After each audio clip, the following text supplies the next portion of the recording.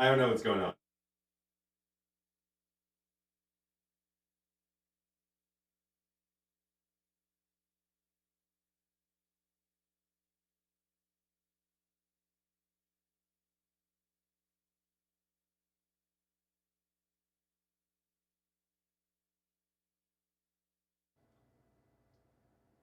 Literally everything was working until a second ago.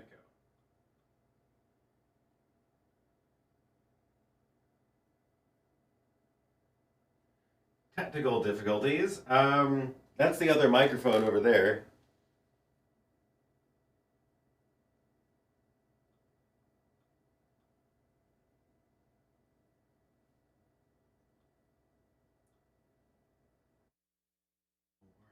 What in the world?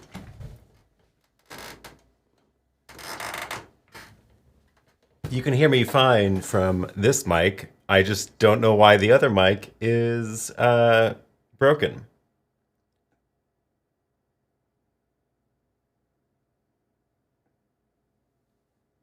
I'm stumped. I see the audio.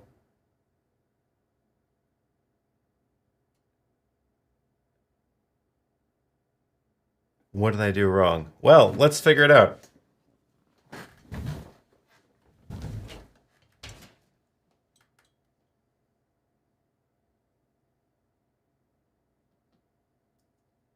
So it is the flux capacitor.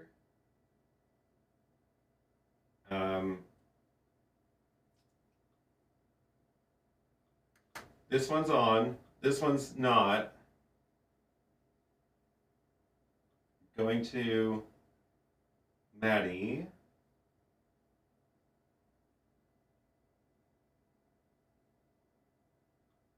What is different about these?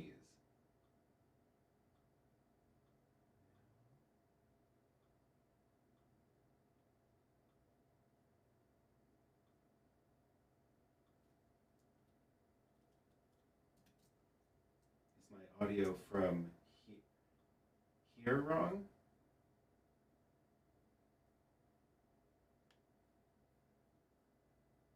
That's right. I can turn it on this way.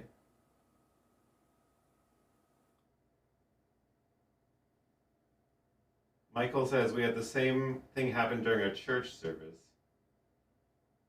Had to turn it off and back on. We can try that.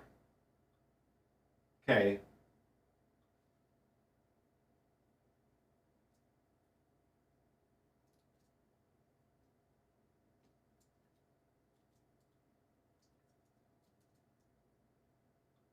Here we go.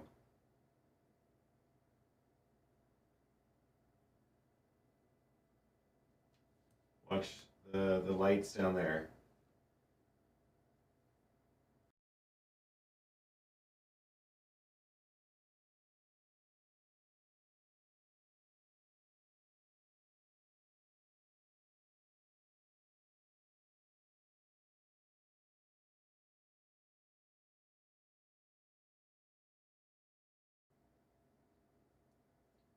Okay.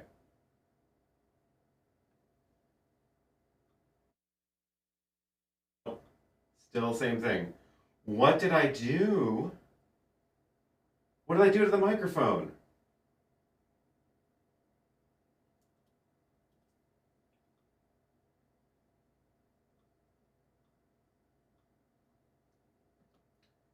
You know what's frustrating is that I just was trying all this like a second ago. So we're gonna just hello, hello.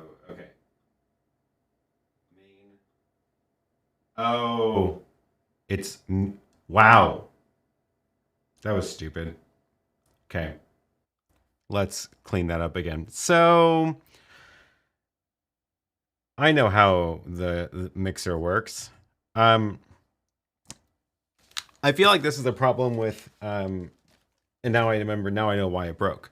I feel like this is a problem with this software. I don't know if it's the mixer's fault, but it's definitely this app's fault. look at the, so I was seeing this bounce levels bouncing just fine the whole time, and it was like fine, right? And what I've done is I've sent my main audio out one of the sub mixes.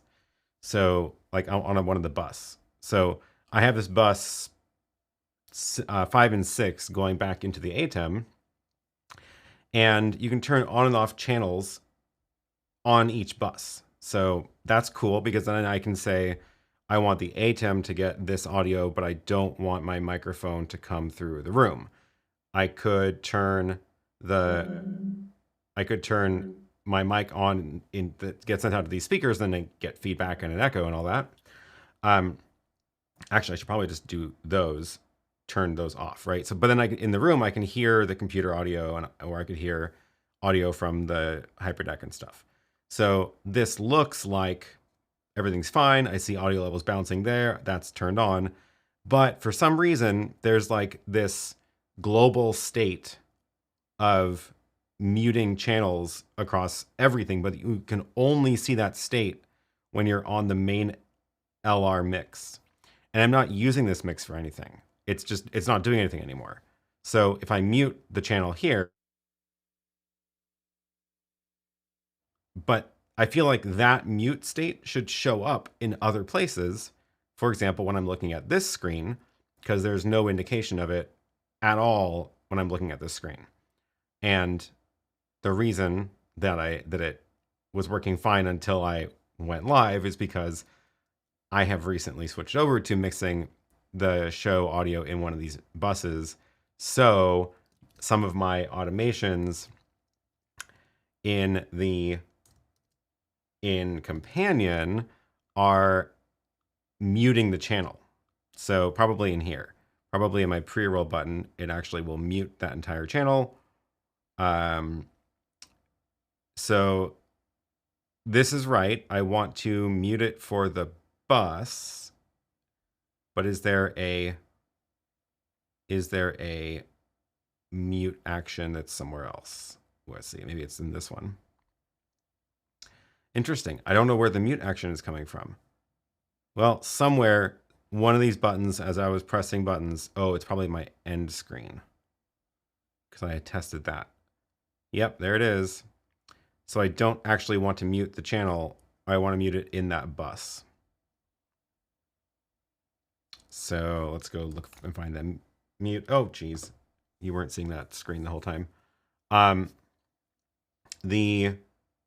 So the pre-roll, I was looking through these different buttons, which I use to start the show, and my end button to end the show is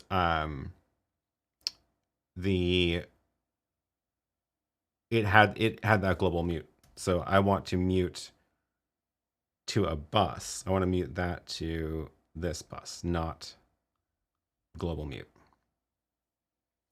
It's not a mute though, it's a send. I don't know what that means because the problem was that the channel was muted.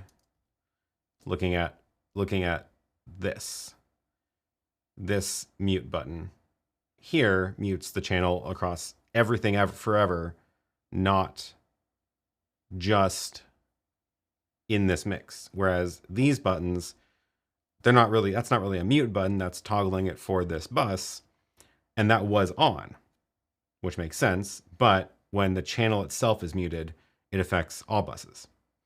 So again, I feel like this UI should show me that better. It should show me the mute state of the channel somewhere, I don't know, up here or anywhere, really. Yeah, cool. Okay. Well, we got that sorted out. That was fun. Hello, welcome. Let's try this again.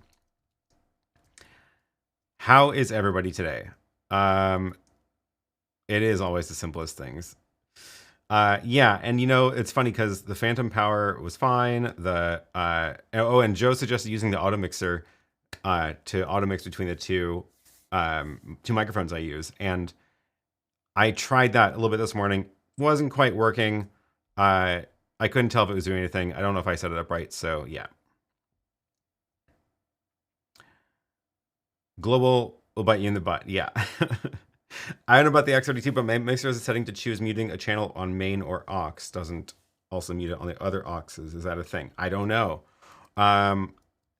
There's not a. I feel like there's not a lot of like global settings in this mixer.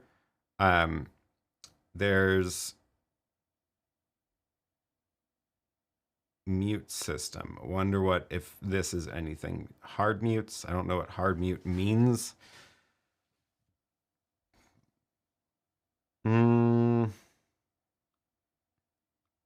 Channel on buttons.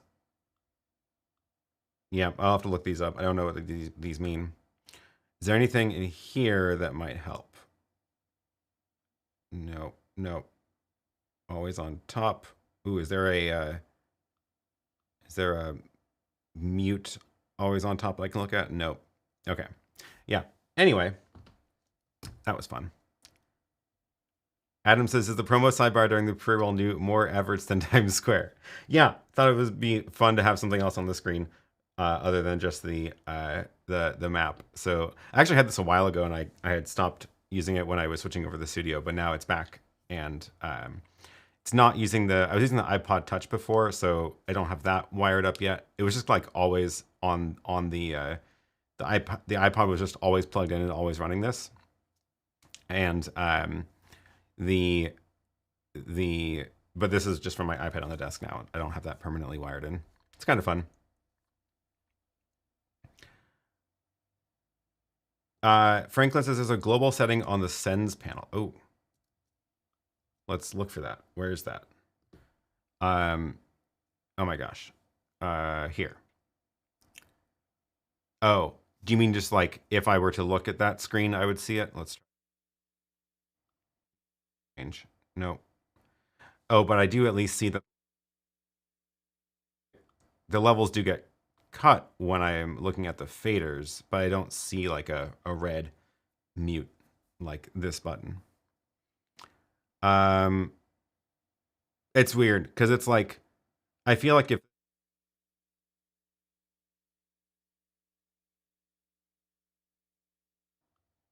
that out is telling me the right thing, that's what I should have seen. Okay, let me try this again. So look at this column, the out column. I'm going to mute the channel.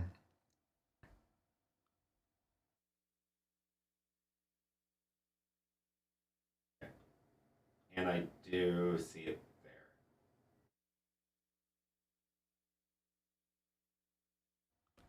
So that's the only indication you get, is looking for this. I still feel like that's too subtle, but good to know. The blue circle that is actually gray right now, in the sends. Is it this? That's really subtle too. Let's see. Let me mute. What bus 1, 2, 3, 4? No. These are the buses. Which that's telling me this channel, this mic, this channel is going out this bus, which is right. No, nothing here changed when I toggled the global mute state. Only the faders change. Anyway.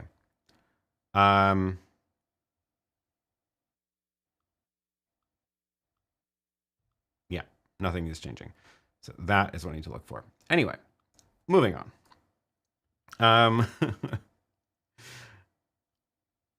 What is on my shirt? This is a new shirt I just made. It says, I find your lack of camera angles disturbing. It's a little bit not the right shape for this shot though. You can't read the whole thing in this angle, apparently. I made this on May the 4th for May the 4th day. And I have it on my shop. Speaking of things that you see in the sidebar, one of these is the link to the shirt, which I just dropped in the chat. Let me go find it again. Where is it? Somewhere in here. There it is. you too can get your own copy of this shirt. I thought it was kind of fun. It doesn't have my name on it or anything. It just has the background of this is the colors from my channel. So you can subtly represent the Aaron PK channel without having my name all over your shirt. Speaking of having your name all over things, good reminder for the Rode microphone flags again. Let me drop these in the chat really quick. And these are the new mic flags stickers that you can get for the Rode Wireless Go. Is it going to focus today? There it goes. Sticks onto the Rode Wireless Go receiver and mic, and you can get your own branding on them this way. Again, that way you don't have to advertise the giant Rode logo, which is especially large on the new Wireless Me. Okay, so let's get into what I really want to talk about today, which is exactly this problem. How do I solve the cache full in the ATEM Mini Pro? So I have some fun stuff in store for today. I have a separate ATEM Mini Extreme over here, which is what we're going to use to test this. And this is running this little clip that has a frame counter and a clock on it, so we can take a look at the time and see how it's doing. And what I'm going to do is show different things about how this handles bad network conditions and what happens when the cache is full and why. Because it's a pretty common problem, frankly, that pops up and it's not entirely obvious what it's telling you. So we're going to take a look at that, play around with it. Got some new tools in here to try that out and experiment. Renee says use an LTE modem, although the speed test showed 50 down, 20 up. Caching occurred even with streaming low setting. Any hints? Yeah, good question. Yeah, it's kind of it's all related. So there's a couple different ways that a network connection might be bad, and that's what we're going to take a look at. Let me first explain a little bit about how we're going to do this. So what I'm going to do is I'm going to start a live stream from this ATEM Mini Extreme, and it's going to push this live stream up to an unlisted video on YouTube. Let's see, I think I can just turn it on right now. There it goes. So it's on air. Right now it's got like a normal connection. Everything's fine. It's set at streaming high, which is targeting about 6 megabits. One of the reasons that I made this animation of the clock and the frame counter, but there's video behind it, because if it was only a clock or only the frame counter, it wouldn't actually reach 6 megabits because it would be too easy to encode just a flat image. So there's this video that I filmed of just walking around the street, and it's like an hour and a half long. I went on a long walk and filmed that. So that's playing with a clock over it, which is counting frames and seconds and minutes and hours, so we can see if there is like a gap. If it does skip, we'll see the timer. And then there's also music behind it, so it's really easy it's a lot easier to hear if there's skips when there's music playing, as opposed to just dialogue or just the ambient sounds. So that'll help us also keep track of whether it's working. But I need to go actually start that stream on YouTube. So we're going to do that really quick. There is this test stream here, and I'll drop the link in the chat in a minute. We're going to do ultra low latency. Should be getting video. One key thing here is we're not going to do auto stop, because if we did auto stop, then at some point when YouTube stops getting data, it might just decide to end the stream, but we don't want that. We want it to let it have gaps and then try to catch back up again. Okay, so we're gonna go live on this one. It's unlisted, but I will drop the link in the chat. I don't know if I'm going to keep this up for much afterwards. So if you are watching the replay this week, it'll probably be around, but maybe not after that. Now I have to get back to the other chat to drop the link in there. So here is the test stream. There is no live chat enabled on that, so just keep the chat in the main video, but that stream looks like this with nice music track behind it. And now I need to pull that up on my Apple TV so that we can actually keep an eye on this in a dedicated window. So I'm going to close that and do this again. Let's see if this works. I should be able to go to my YouTube watch history on the Apple TV to find it because it's unlisted, so it's not going to show up on my channel. Let's see if this works. It did. Cool. Okay. So I am, come on, you can do it. There we go. I am playing that back on the Apple TV here. So this is the actual YouTube stream coming back down from YouTube. So now I can put it inside of a picture-in-picture window, for example. So to do that, I have a little super source layout created to show you what is going on. And here it is. So is that Copenhagen? It sure is, yes. So I've got the multi-view of the ATEM Mini Extreme in the top left corner, that way. It is streaming through a router that I built out of a little computer. That router, computer router, gives me a way to control the network connection, and I can show pretty graphs from it.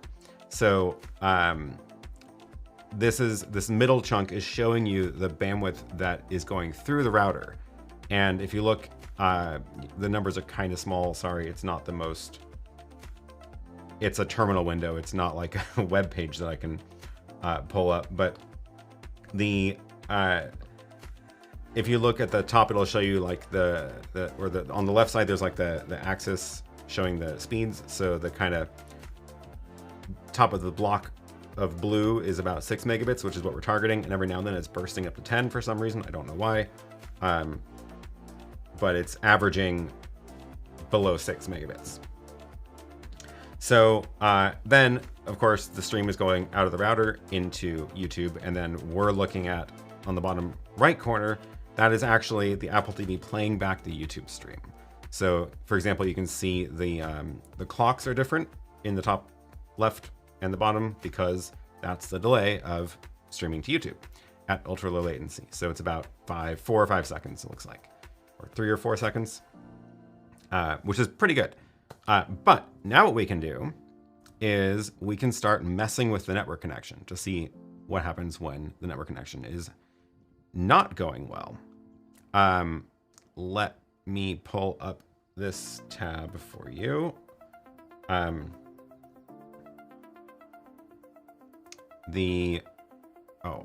need to see this over here. I thought, nope, not that.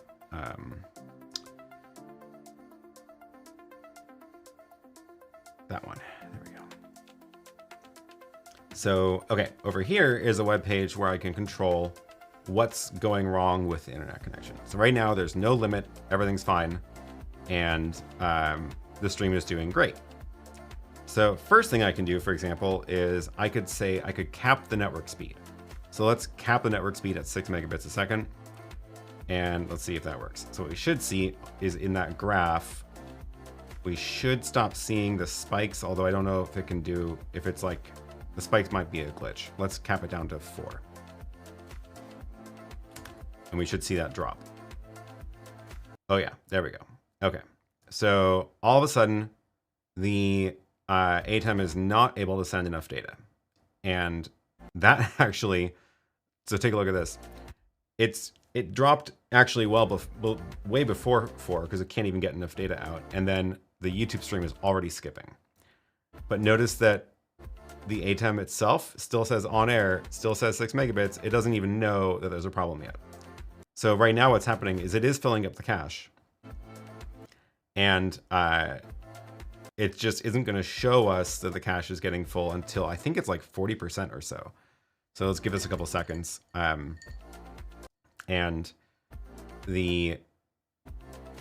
yeah, you can see the YouTube stream is like, now it's 30 seconds behind.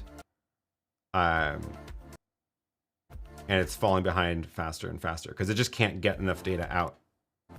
So this is what happens if you're like on a good but slow network connection. I'm a little bit concerned actually that it hasn't even shown us that the cache is full yet, or getting full.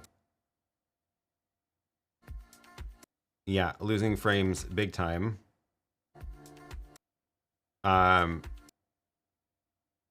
Thanks. Love this picture-in-picture layout diagram. Yeah, I thought it was kind of cute. Okay. Oh, there it goes. Okay, finally, it says 43% full, and you can see it's going up. Now we can see that it is struggling. That, frankly, is like, should have told me there was a problem earlier, because if I'm not watching the stream on YouTube and I'm at an event, I would have had no idea until people have already, for about a minute, been complaining about the stream skipping. So let's get rid of that and clear up the problems and watch what happens. So I'm going to remove the limit and watch the speed graph. Look at it it shoots up. It's actually uploading at like 60 megabits a second. And it's uploading all that backlog. And let's take a look what happens on YouTube. Suddenly no more skips. It's able to catch up. We are just now behind the stream because we've been like squeaking through. But now it's totally fine. And you can see that in the graph is telling us that it finished flushing the cache at the super high speed, and now it's back to the normal 6 megabit speed. So the what I forgot to look for, which is the point of the counters. Let's try this again. The point of the clock is so that we can see, are we actually missing any content, or did all of the content end up on YouTube? So if I go set it to 4 again, when it does pause, does it resume from the same timestamp, or does it skip to current? And I think it's been resuming from the old timestamp. So let's try this again. It should pretty much immediately start having a problem. About 5 seconds, because that's our latency. Okay, so 38, 39, 40, 41, 42, 43. When's it gonna go? Oh, my Chromecast tab stopped. Oh, now it's doing better. Oh, right, because now it's got a backlog. We shouldn't see a problem until it gets to 59 minutes or so, because all this data is already in YouTube and it's just playing it back slowly now. So, oh, Rick says I was watching the timestamp. It seems to have cached correctly. Okay, good. So I think what I need to do is actually just like restart this to flush YouTube and flush all the caches. And actually, if you're watching on YouTube, you can look at the same thing. So let's actually do that. Let's go back to, let's actually just go look at the YouTube stream and play back the history. So,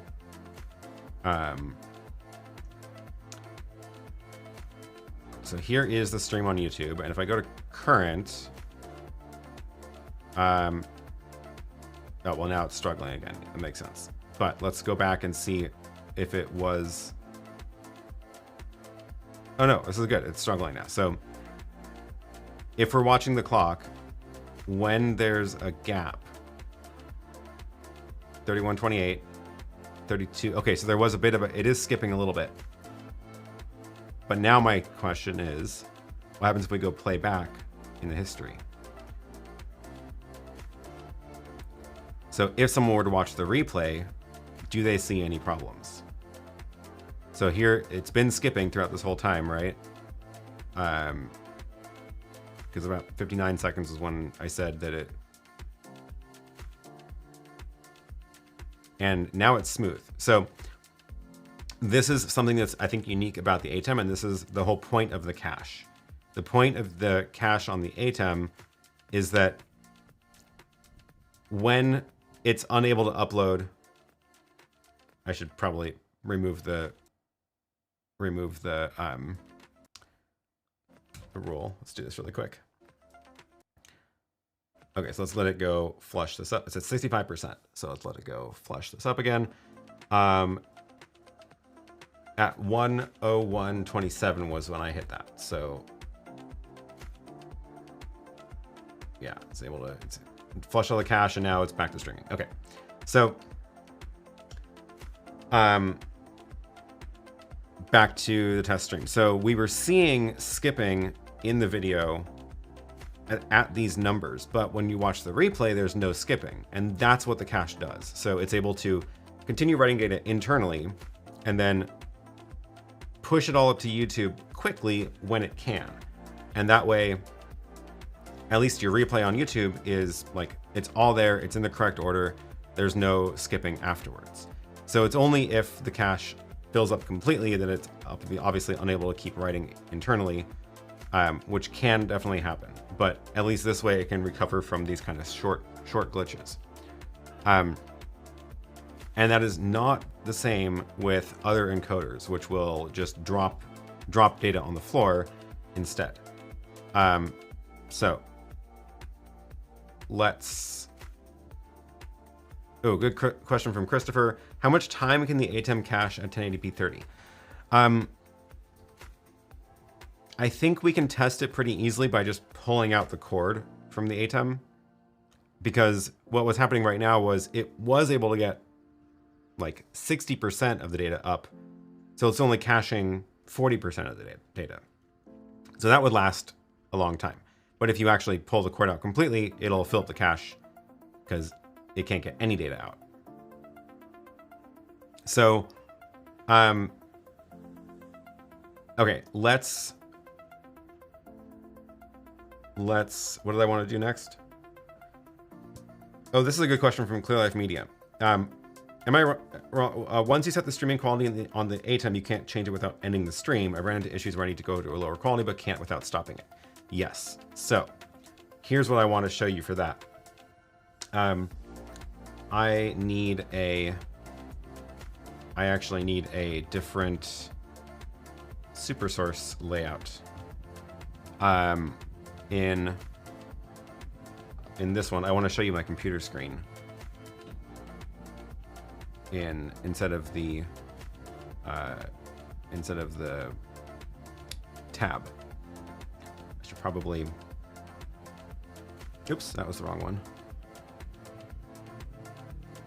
Where did it go? It's box 2. There we go. So this one, computer. Oh, wow. All the wrong boxes. Oh, right. I ran out of boxes. It's an upstream key. I have very rarely actually used all of the features in this Constellation, but I feel like I have done it for this. This is a super source layout with the artwork on the back, 4 boxes, and then I've got the downstream key is adding these labels. And then I wanted to show you one more box, which is this one, but there's no more super source boxes left. So it's actually an upstream key. So for that one, I want to change it to my computer, but then no crop and scale it down. So,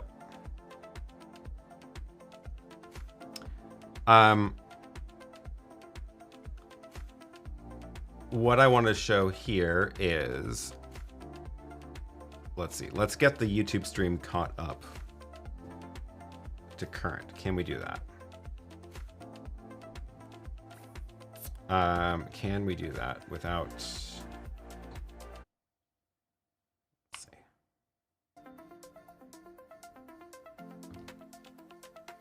Let's see. Yeah, okay, back to 5 seconds. So the delay between the ATEM and the YouTube stream is now back to our normal, like everything's good. I need to quickly make this other companion button for the computer, where I'm going to learn the values of that upstream key and set it to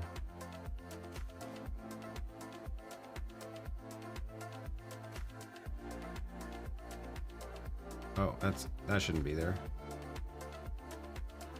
What? Key 1.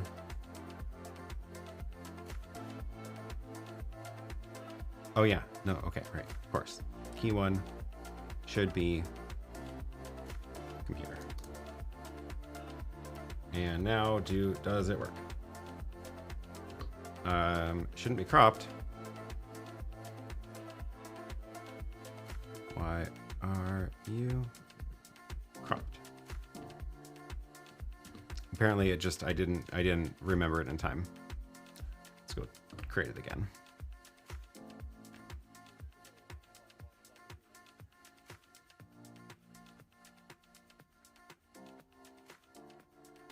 So, this is just so that I can show you that in the layout later. And now I will go learn that. Did that do it? Yes. Okay. Excellent. That one frame glitch that I always talk about with macros. So I'm not using a macro for this. Okay. What I wanted to do, back to this. And now I can show you this. What I wanted to do was go to that ATEM and show you what happens with streaming quality. So the ATEM is on air and the streaming quality selection is, don't ignore my stream key. The streaming quality selection is grayed out because I'm on the air. You can't change it unless you off air. You can, however, go off air and change it and go back on air really quick. So watch what happens with the counter. We are going to lose data this time. Like if someone was speaking, there would be a gap in what they see on YouTube. So I'm gonna hit stop when we hit 108.50. So I'm gonna hit stop at 108.50. Wait for it. Change the streaming low, and now it's 55. Okay, streaming on air again. So on YouTube, it wasn't that bad. It was like 4 seconds of a gap. Did you catch it? It was really fast. Let's go back to the stream, 108.50. So if I go back to the stream, and let's go catch up, and then scroll back a little bit. Yeah, so right here, we should see it skip from 108.50 to 108.55. So I hit off air. Oh, it took a second, and then it cut back up, and now it's at a lower quality, which you can definitely tell. It's definitely a lower quality. It's doing a lot more blocky until the keyframes hit, and then it clears up. So that is one way you can change the quality while you're live. If it's like, if you're really in that bad of a situation, actually I can give you a good demonstration of this now because we have all the tools here. Let's go back to streaming high. So let's say you're doing a 6 megabit stream and everything's fine, right? And then your internet connection gets bad. So let's drop this down to 4, which was causing problems before, right? So,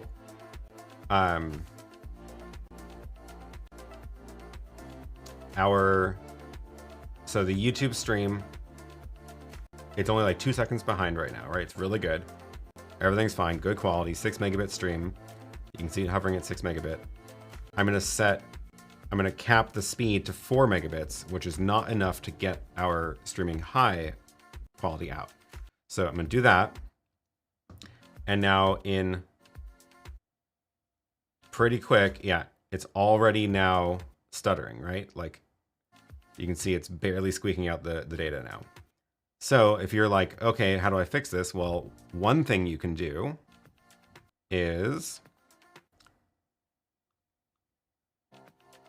now if you can get to your ATEM, why did I get disconnected from it? That's interesting.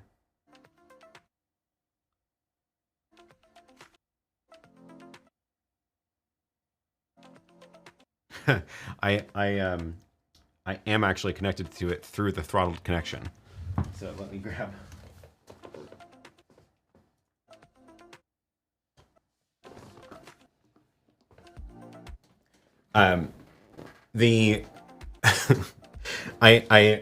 On that computer, I'm connected to it through the throttled connection, which is not great. So instead, what I'm going to do is go over to this where I've plugged in a computer over here over USB.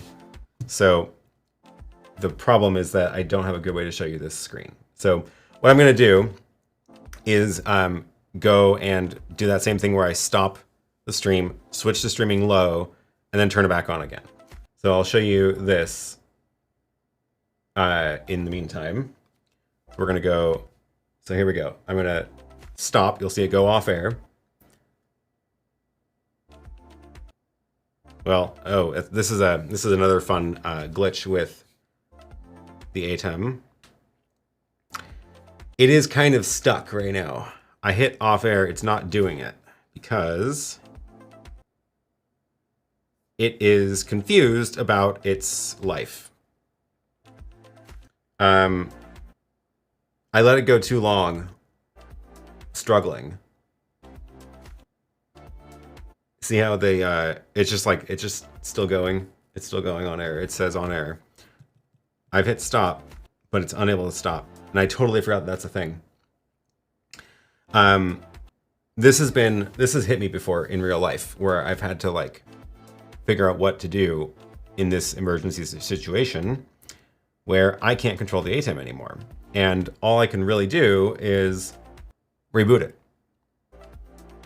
Make it forget about its cache, because it's like trying to flush that data. It's trying to flush the cache. Oh, one thing I can do is before we reboot, let's just try yanking the network cable out.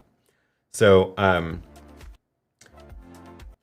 let's yank the network cable and see if that causes it to stop. So there's the network cable. It still thinks it's on air. It's definitely not because I have the cable. There it goes, off. So it finally decided to give up. Now I can plug it back in. I'm going to change it to streaming low before I hit on air. And now let's hit on air. And I think it's going. Okay.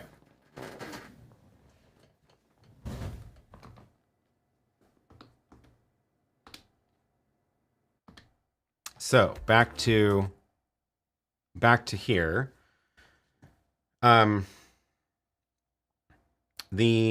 It's not able to sustain our 3 megabits either. Apparently our 4 megabit connection is too low for that. Let's up it to 5.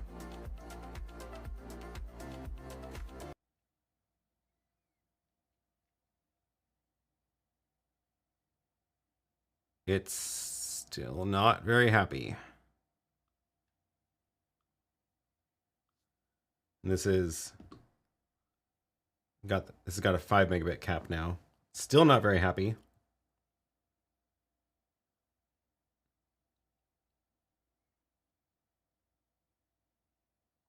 Seeing if it's going to recover. Oh, now we can see the cache building up again. I'm going to try just rebooting the whole thing.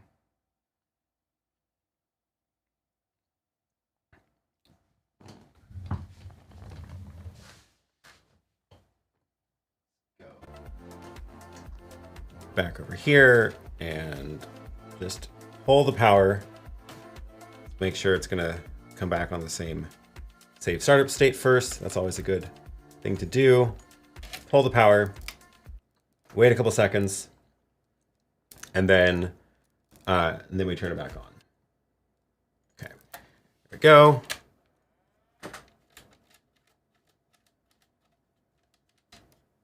And let's try again at streaming low.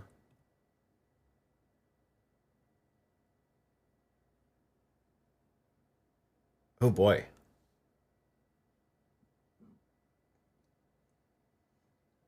Okay. Stabilized. So, oh, where's my, nope. It's not doing well. Let's give it a break. And there we go. Okay. Adam says you might need to refresh the YouTube webpage. I wasn't even that far yet. I just wanted the ATEM to stop freaking out itself and to start seeing this network traffic again. So Clear Like Media says, this is the exact issue we ran into when streaming from the ATEMs. We stopped using it to stream because once there's a glitch in the system, you get this and then you get angry calls. Yeah, I mean, this is a demonstration of how the ATEM is not the best at handling bad network conditions. So and this is just like the most straightforward network problems. Let me show you what I mean. So we're doing streaming low. We're at 3 megabits. Like, that's a reasonable thing to do from a cell phone connection, for example. But sometimes it's not the bandwidth, like the speed limit, that's the problem with your network connection. Sometimes it's lossy, like if you're on a cell phone. So let's add in some packet loss here. And we'll do 1%, which sounds small, but it's actually kind of a lot. So, 1 out of every 100 packets will be missing. And actually, let's get the YouTube stream back up to current. There we go. So now we're only 3 seconds behind on the YouTube stream. So let's add in 1% packet loss. Here we go.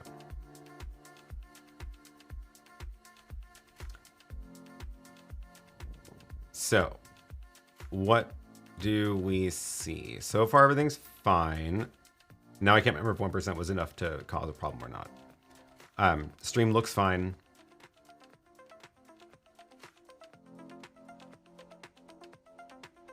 So far, so good.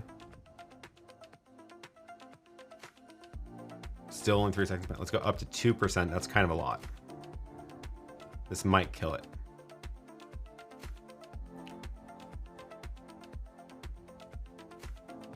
No?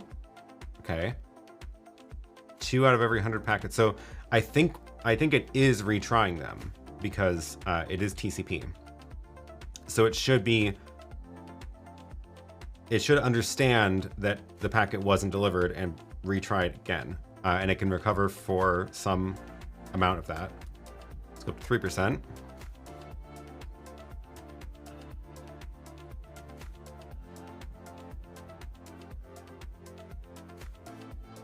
We're just going to keep going up until it starts crashing. Still doing pretty good. Remember, there's no speed limit on this network anymore. So it's able to retry the packets as fast as it wants, for example. So maybe I could cap this at like 6 megabits. We're targeting 3 megabits, so this should be more than enough for it still. But if I speed limit and do packet loss, how's it doing? Still pretty good. Oh, there we go. I saw a glitch. There it goes. So now what's happening is there's a speed limit. So when it sees a packet didn't get delivered, it retries it. And it's having to do that 3% of all packets, which our 6 megabit connection is not enough to have it recover 3% packet loss. And this is probably a realistic scenario for some cell phone connections. And I have a feeling if we go up 1 more %, it's gonna it's going to fall over. Yep, there it goes. So now there's too much packet loss. It's trying to retry. It can't retry fast enough. So it's, and let's go up to 5, which is really a lot. I think 5 is actually an unrealistic amount. Yep. And then it just falls over. So now look at the graph. It's not even getting any data out. It's barely even able to send any packets at this point because there's just too much packet loss on the connection. YouTube is like, wow, what in the world is going on with this person's connection? Yeah. Okay. So that is too much. But luckily 5% is like a unrealistic amount of packet loss. So let's let it catch back up. It's capped at 6 megabits, so it's flushing its cache, which didn't tell us yet because it hadn't reached 40%, but it did cache because look how much it's sending right now. And as soon as it finishes flushing the cache, it should drop back down to 3% or 3 megabits a second on the graph. Let's see if that is true.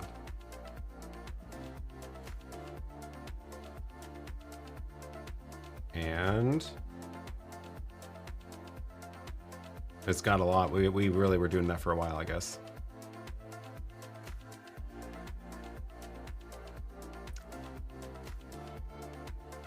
It's going, it's working. Wow, how far are we back on the live stream? We're 45 seconds behind the stream now.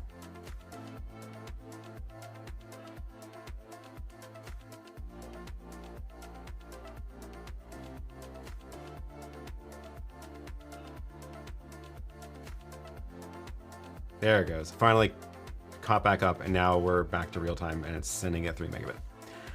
Yeah. Good idea from Nils. You can show stats for nerds in the YouTube window. Let's try that really quick. So if we go to the actual live stream, we are, yeah, 3 seconds behind. I always forget where that is. Stats for nerds. What is this telling us?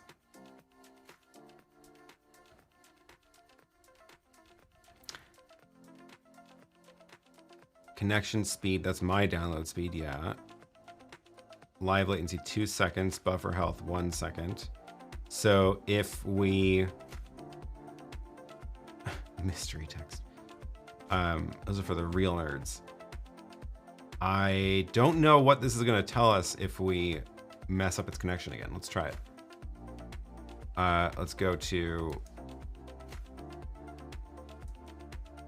that and let's do the packet loss again at the unrealistic 5% and see what happens here. Buffer health has dropped. We have no buffer anymore. Latency is going up. And we're getting drop frames now. A lot.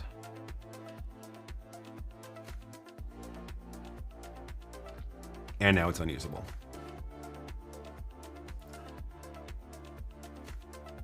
Cool. I'm going to give it a break because I feel bad making it do so much work. Let me take a look at the comments. Koala, thank you for the super chat. Have you, sir, have you tried turning it off and on again? Yes. It is interesting that one of the only ways to recover the ATEM, for the ATEM to recover from those issues is to actually just pull the power. TVJ says, nice shirt, I just bought one. Thanks. Appreciate it. Oh, let me scroll back up. Wow, there's a lot of comments that I missed. We'll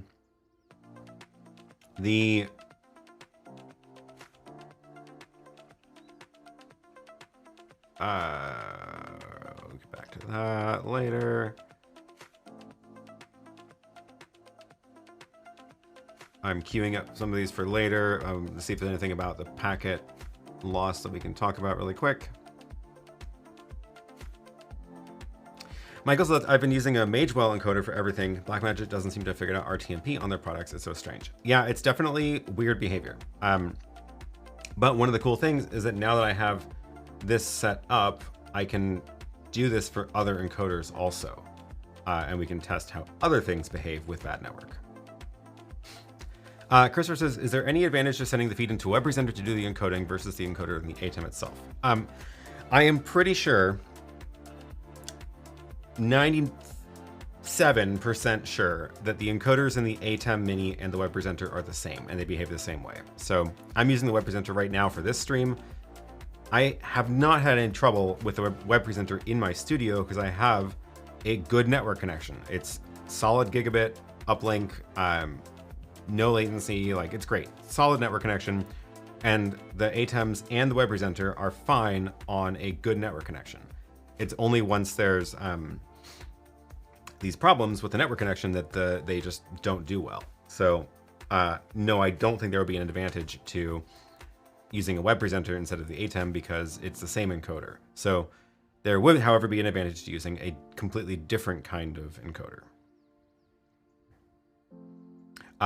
Yes, Gerhard says, I cannot stop the stream on the ATEM when the cache is full.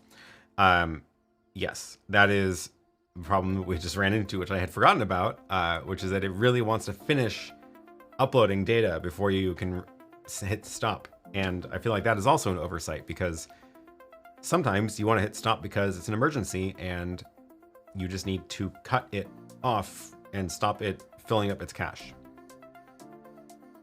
Yeah. That's, I think, a very concrete feature request for Blackmagic. So if anybody wants to write into support requesting that, I feel like that's an easy win. Like the stop button should stop it attempting to upload. And if that means it deletes stuff in the cache, that's fine. Because presumably you're going to hit stop like well after your content is done if everything was fine, or you're hitting stop because it's an emergency and you need to change settings. Or like let us change the stream quality in the middle of the stream, because having to stop the stream, switch quality and start again, like it could just do that internally, right? If I just go to that menu item and change it to a streaming low, it could internally stop for a split second, switch quality and start again. And it'd be faster than me doing it with the buttons. Still no cache reading error though, so you wouldn't know. Yeah, that is one of the other problems, is that it doesn't even report any problems to you until 40%, the cache hits 40%, and by that point, a lot of bad things have happened.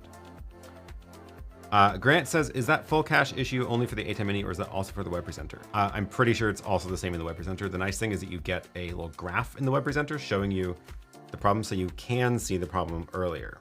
So I don't know if I have a way to do this without giving you tunnel vision. I don't think I do, so apologies for the tunnel vision. But I can show you the web presenter output that I'm using to stream this stream right now. If I can find the button. There it is. So this is my web presenter that's actually streaming right now. You can see the data rate has a graph. It's falling because it's showing you less animated stuff right now. And then there's also the, I could use the picture-in-picture trick to cover up the infinite tunnel vision. That doesn't matter, too much work. The cache is at 3% right now. And the nice thing about the web presenter is that you will see this fill up before it hits 40%, obviously, because there's a graph. So that's a nice feature.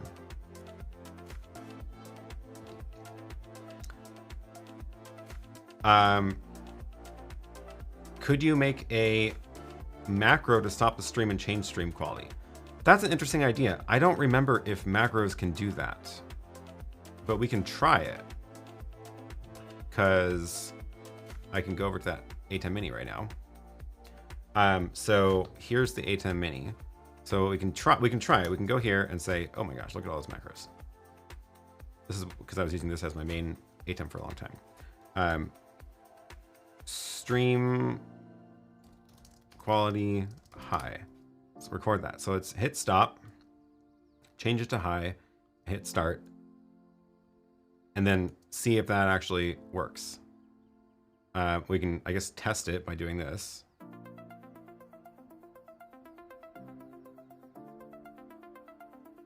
Well, it didn't work, But let's see what it actually recorded into that macro, because that's what I wanted to actually test. This is the Extreme.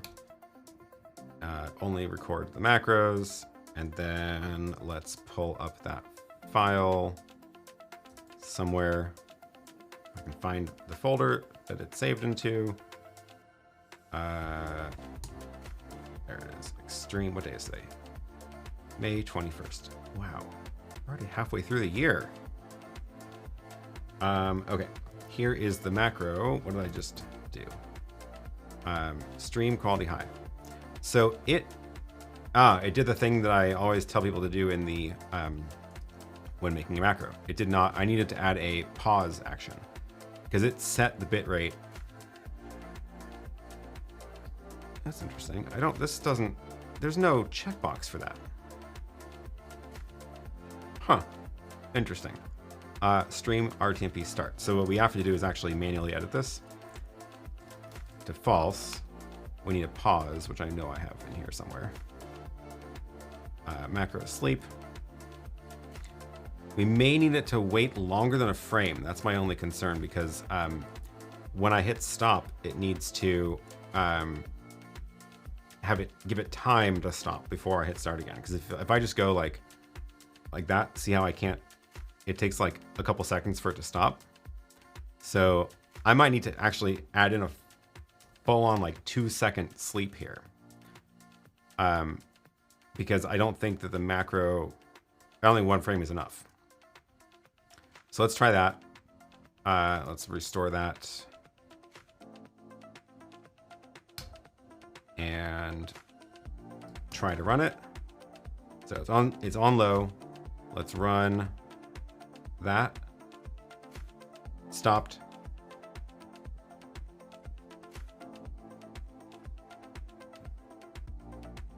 No, is it still running?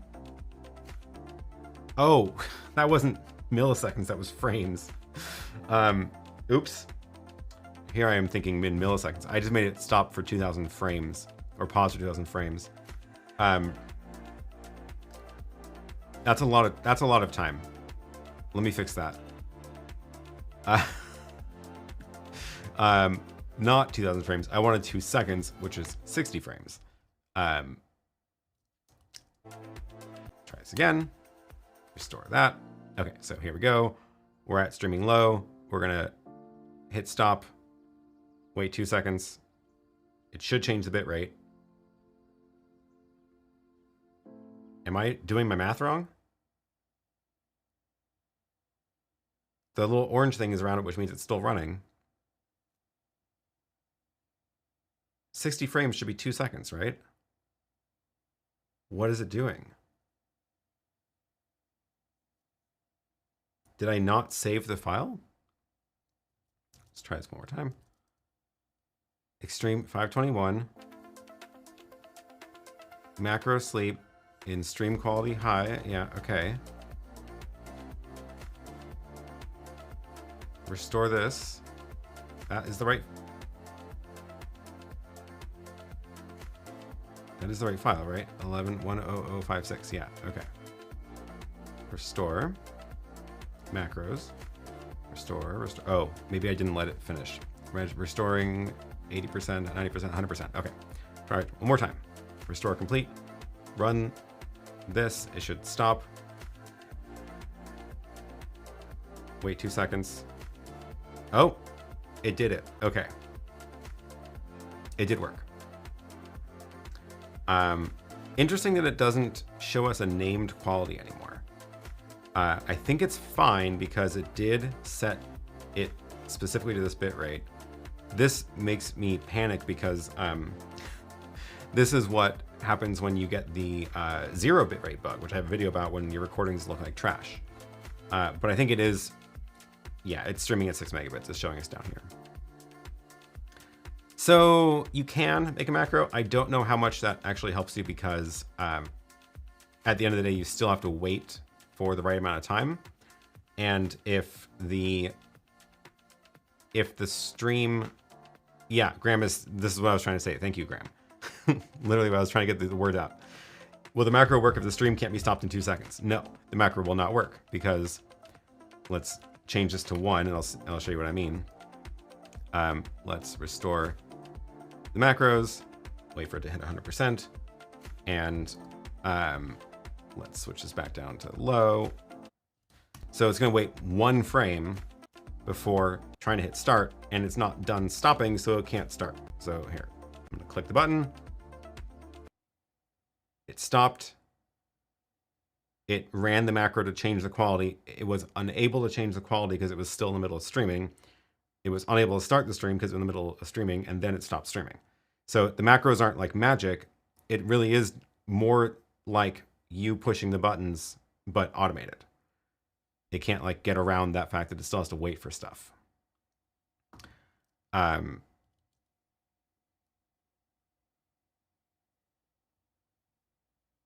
So is there written documentation on the macro XML format? I don't think there's official documentation, but I think I know someone has compiled documentation by reverse engineering it, basically just creating a macro that does everything and then looking at the docs. Scott says, it's odd that the low settings streaming still seem to want at least 5 to 6 megabits uplink speed. I agree. It should have worked fine under a 4 megabit connection. Should work with a stream that is streaming low is what? Let's export that macro and find out.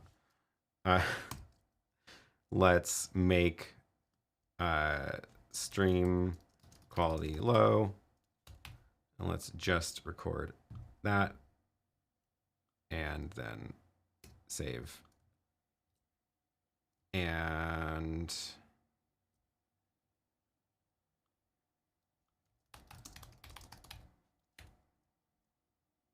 oh, it didn't record the action. Sometimes it wants you to change the setting and not just tap it. This file, there it is. So 3 megabit at 30 frames a second, plus the audio stream, I guess. So I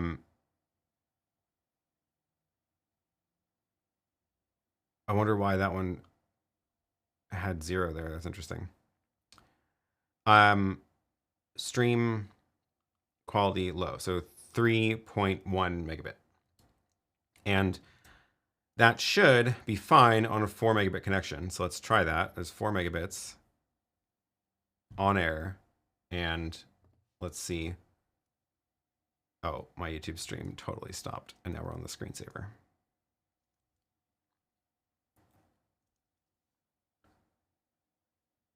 So you can see the graph is, for some reason, it's bursting up to 4 or 5 still. The stream is going. Let's get it playing on the Apple TV again. There it goes.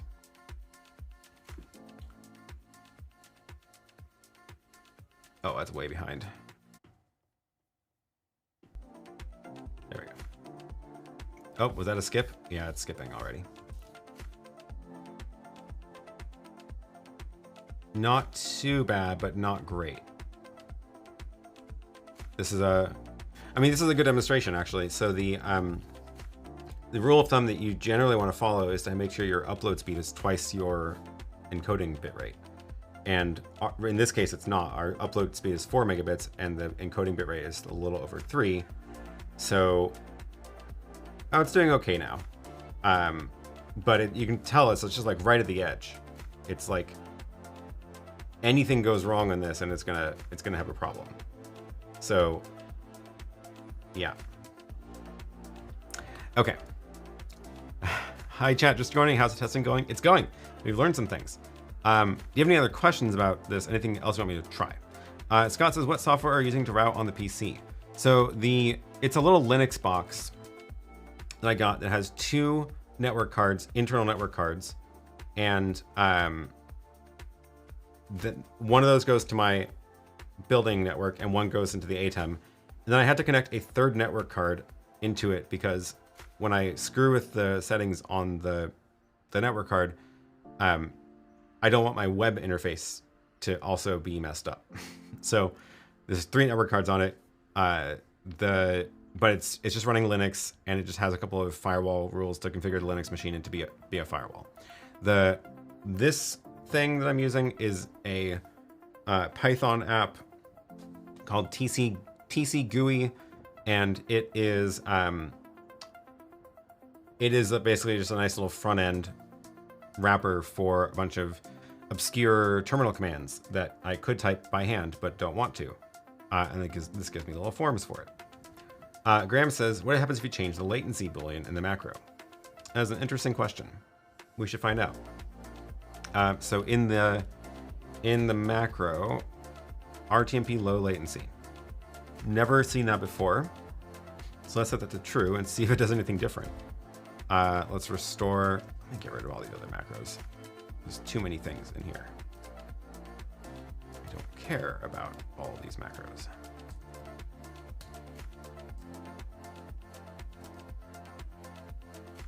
Oh, and that saved everything. I really don't care about all this. Okay.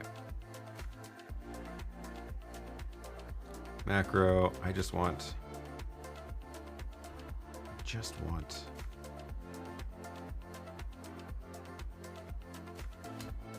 macro pool down to here. That should work. Okay. We're going to stop that. We're going to reload this one. 110812, yeah. 110812, restored the macros. So let's run that and see what happens. Stream quality low. It's not showing it to us because it doesn't have a name for some reason. That's fine.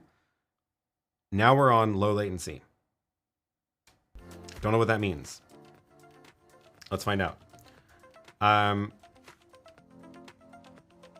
It picked up again. We're only 2 seconds behind. We're still throttled at 4 megabits.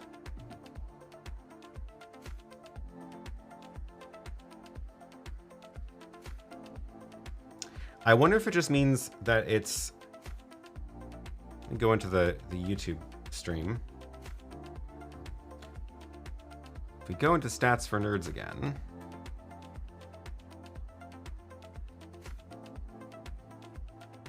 Is that lower than it was before? I think it is. I think that's what it is. It is actually less. We are closer to live. So if you look at the time difference now. Yeah, I think that's what it is. And if I switch it back to streaming high, which is on the regular latency, or I'll switch it back to streaming low on the normal. Now, stats for nerds, is it going to give us a different latency number? So this should be streaming low on normal. You can see that was when I stopped streaming. No, that's the same. Yeah, I'm not sure. I'm not really sure what that's doing.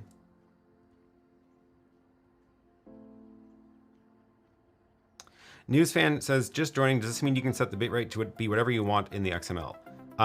Kinda, within some limits, yeah. So you can go to the XML and you can say you want, you can go, I think you can go low, like down to 1 megabit. We should definitely see that. Let's try changing the audio quality too. Stream quality low. So there is also the stream set. The other way you can do this is creating your own custom stream settings. So John has a tool for this. Let's call this. Oh no, I thought there was a. field for it in this. Am I thinking of something else? Let's do it from the streaming bridge. So in here you can. No, not there. What am I thinking of? I thought there was a way to give it new names to show here. I think it's just in the,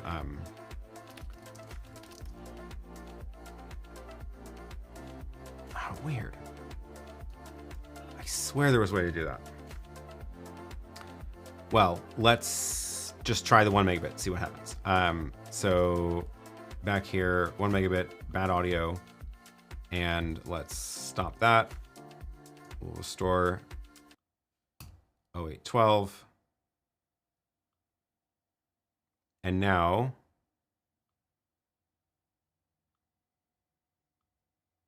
I swear there was a way to change these. What am I thinking of? Huh. Anyway, our macro should set that. So let's run that. And yeah, it doesn't have a matching name. And if we go on air, it should hover around 1. Okay, and now how is the stream doing? Let's catch back up to live. And let's, it is hovering around 1. How does it actually look? Let's look at it up close. Oh yeah, that's messy. That looks like a 1 megabit stream. And the audio, how is the audio from? The audio should be pretty noticeably different. Do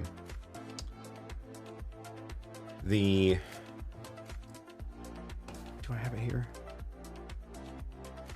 Oh, you are hearing it.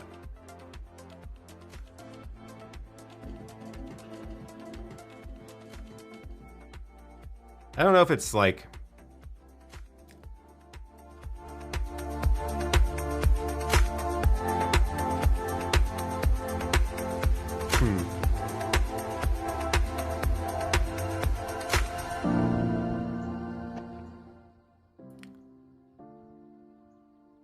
I don't know if it's noticeably bad at that bit rate. I was hoping it would be more dramatic. I didn't realize that you've been hearing the audio the whole time. That was probably very frustrating when it was skipping. I forgot to monitor that myself.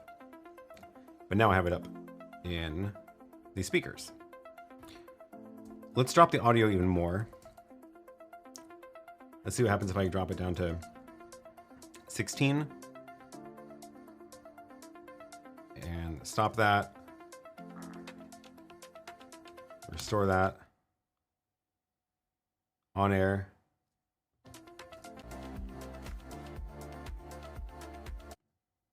Picked up again pretty quick. Still sounds like music.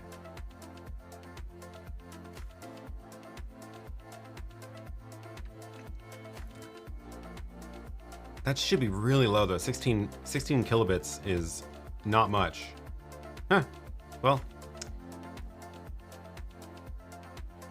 It's interesting. I feel like normally you can perceive problems with audio faster than you can perceive them with video. Like if there's even the slightest bit of a gap in the audio, it's way worse as a viewer compared to the video pausing for a quarter second. If the video pauses for a quarter second, whatever, it's not a big deal as long as the audio is continuous. But the audio tone doesn't seem to be noticeably worse. Whereas like with the 1 megabit video, it's very clear that it's like blocky and grainy.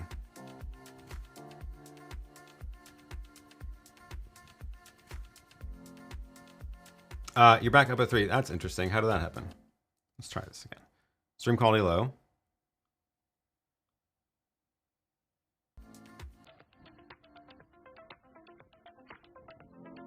I don't think you ran the macro off the last update. That would explain it.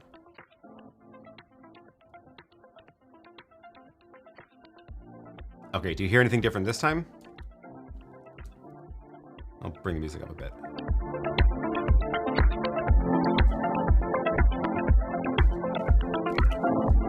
Oh yeah. Now it sounds like a puddle.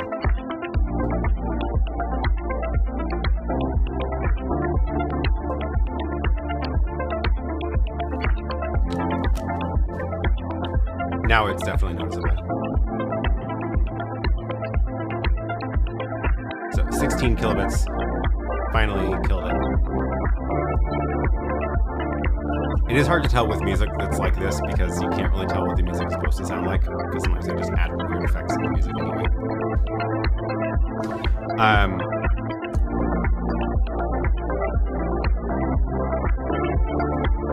Music sound like it's underwater, yeah. Old analog phone quality. Underwater like some Zoom audio. Now, yeah, the treble is missing. Yeah. Okay, let's get that back to sounding good.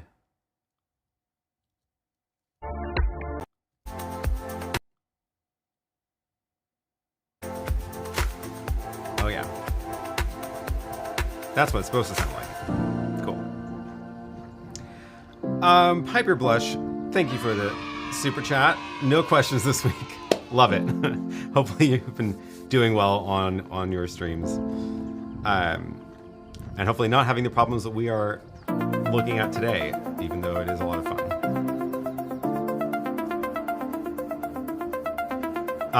Scott says, any thoughts on what the 3-second network burst is that comes from the ATEM? I'm not sure. It could be the keyframes. Although I would have thought that the data rate should account for that. So I'm not totally sure. Oh, there's a file streaming.xml on the system. That's where it is. That's right.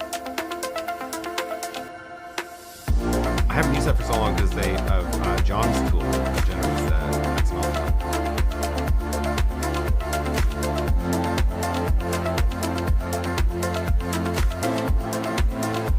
Oh, sorry, I forgot to turn the volume down.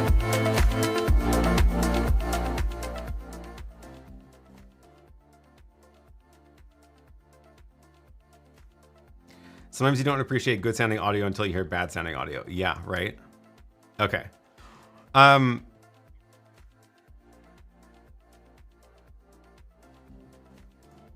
Is there anything else about this that we wanted to try?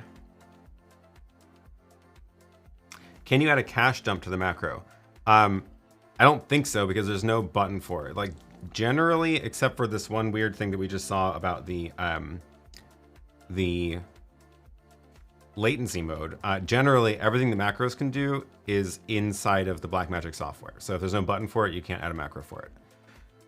Could be a sign that there's a new feature coming into the software control if there's that new setting in the macro for low latency, but I don't know what that means. And yeah. So it would be nice if Blackmagic added a button in here, which was just drop your cache, forget about it, start over. Or if the off button actually just went off and dropped the cache. So that's what it would take.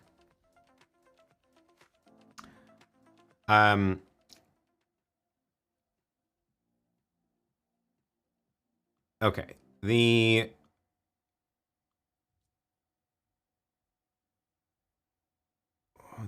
what else did I want to get to?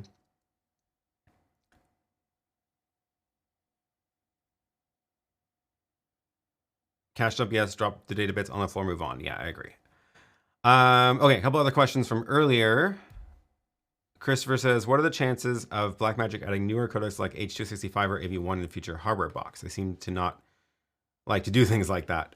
I think definitely not as a firmware update for existing stuff because they do all this stuff in hardware. So it's like, you know, there's like a chip that's doing the H.264 encoding. So I would not expect them to be able to firmware update the codec, but I could totally see them do new hardware that supports those newer codecs, like a new web presenter or a new ATEM. They haven't given us any hints about this yet, so I wouldn't hold my breath. I think there's also some interesting, some complicated licensing and patent stuff around H.265, which I don't know the full details of, but it seems like it's not, not everybody's just jumping onto it because of that. It'd be interesting if one day you can make a program about different strategies for automating a YouTube channel through playout type program or similar. Oh, that's an interesting one.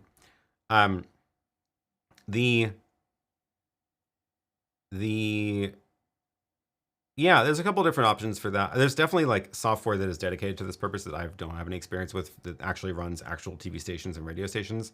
But some of the lower, cheaper alternatives, I could definitely do some videos about because there's good options for that.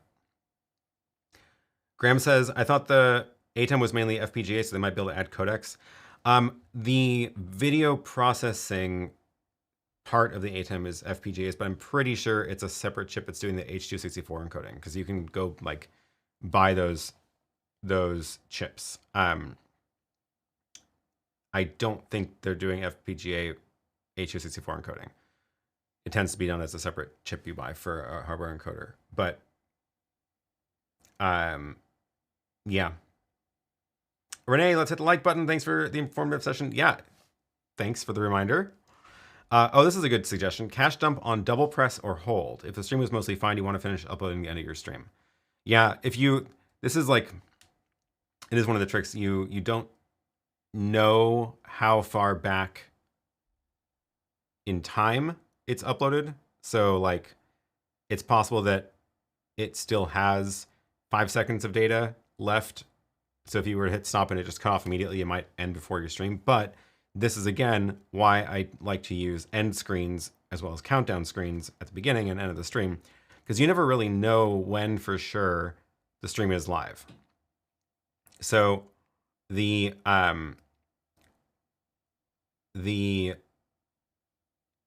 for the beginning of the stream, like, you don't want to be sitting there awkwardly, like, waiting for like you to see yourself live, because by that time you've been on the air for 5 seconds just staring at the blank screen. So the countdown sequence gives you a chance to confirm that you're actually live. And if your countdown, if your stream starts at 59 seconds or 54 seconds of the clock, no one knows the difference, so it doesn't matter. And then when the countdown runs to the end, when you're on air, assuming you don't forget to unmute your microphone like I did. And at the end, the same thing is true. So at the end of your stream, you put up a splash screen. Don't just like say bye and then like try to go off air, because you're not going to get the timing right, guaranteed. So instead, say bye and then put up a title card, and then let that just stay on the air for like 10 seconds and then hit off, which is exactly how I end the stream, which will hopefully work this time. Overdrive says, how do you do the overlays of the comments? I have a video all about that. It should be linked in the description already, actually. I think it's in the bottom of all the live streams. Otherwise, you can just search for chat on my channel and you will find it. I'll drop the link in here just because. There you go. Jens says the H.264 encoding is part of the FPGA, but in a separate logic block. How do you know that? How do you know that? Scott, thank you for the super chat. I appreciate it. Great session today.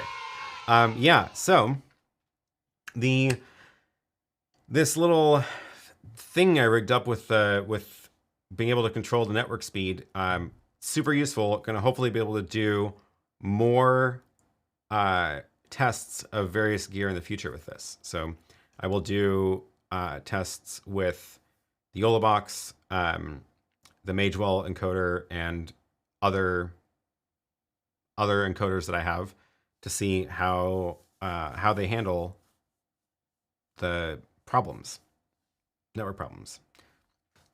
The Zinc Ultrascale Plus, to be precise. Is that from one of those teardowns?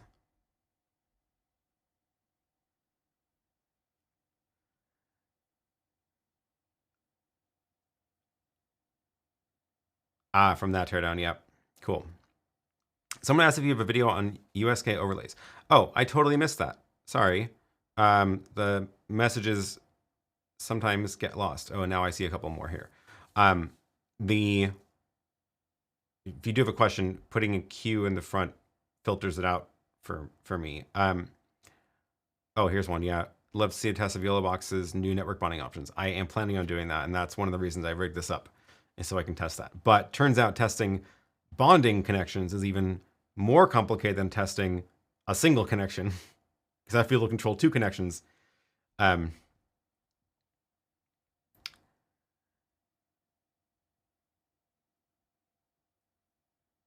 Grant says, is there a good way to get those kinds of stats, packet loss, on the broadcaster side so you can keep an eye on things? You know what? It's very likely that a tool similar to the one I'm using for this graph in the middle could show that to you if you're using your own router that has the ability to have that kind of output.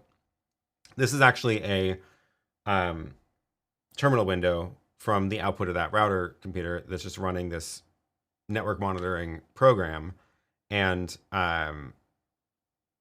like I just have it, carefully cropped and arranged so you can see that. But the whole window is looks like that, and the one on the left is actually showing the download speed, which is, it doesn't need to download much because it's from it's uploading, but it is downloading little bits of data here and there. I just then crop that into the super source. But yeah, possibly other monitoring apps could show you other stats about the network. That one's, yeah, I just have a couple. I haven't dug into try to find one that would show me that, but that's one way to do it.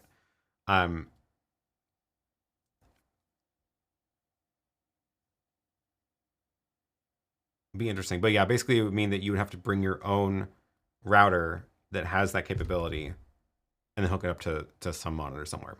But I think generally it's a good idea to bring your own router to events anyway, just because it simplifies your own network setup of your own gear. Adam says, anybody reported these issues to Blackmagic? Blackmagic are quite responsive to people reporting issues, but if nobody is reporting them, they may not even know. Yeah, I know the forums are full of this kind of stuff, but it would be nice to give them a more coordinated, concrete suggestions, I feel like, of like the off button, for example, or a way to flush the cache. Like long press the off button and it deletes the cache. And if everybody started asking them for that, maybe they would see that that would be a useful thing. But one of the problems with the cache full error is that it happens for a bunch of different reasons, and the reasons are usually not under anyone's control. So it's impossible to say why it might be happening, or doesn't give a lot of room for the support people to give good feedback, or good feedback to the customer, and or good feedback up to the product people. So I think that's the challenge.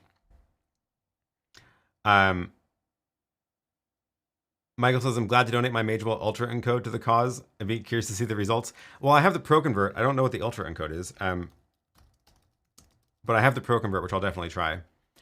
Is that just, it's probably the same software. So this is the Ultra encode. It looks like it's probably just the half of the Pro Convert. I'm guessing it's the same software because that's usually how these work.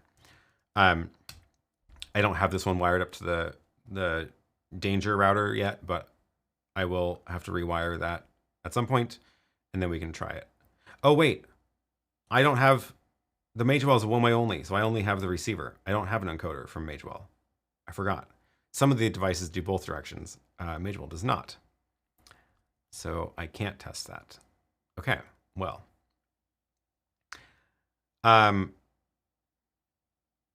TBJ says, what do you consider the best encoder for home use? Good question. Well, for home use, I mean, one of the nice things about home use is that it can be relatively stable. Like, again, I have fiber internet, gigabit. It's great, and I have zero problems with the ATEM encoding or web presenter because of the good internet connection. So for home use, maybe that is the best, because like generally you're going to try to get your home internet to be as stable as possible for a bunch of other reasons, and then you don't have problems with the ATEM. But at this point, I don't think I would take the web presenter out to like a conference where I don't control the internet connection, because it doesn't handle problems very gracefully. And the nice thing about the encoder and the ATEM is it's just right there. It's all built in, and you don't have to have anything else. Question from earlier. With a touchscreen connected to one of the outputs of the ATEM Mini, could you switch cameras by touching the touchscreen? Nope, not at all. It doesn't have any support for that kind of feedback over HDMI. That'd be cool, but nope. The closest you can get to that is the iPad app Mix Effect, which I sometimes use to edit SuperSource layouts and stuff, but it does have, oh, now I forgot. It's a new feature, which I don't have set up yet, but there's like I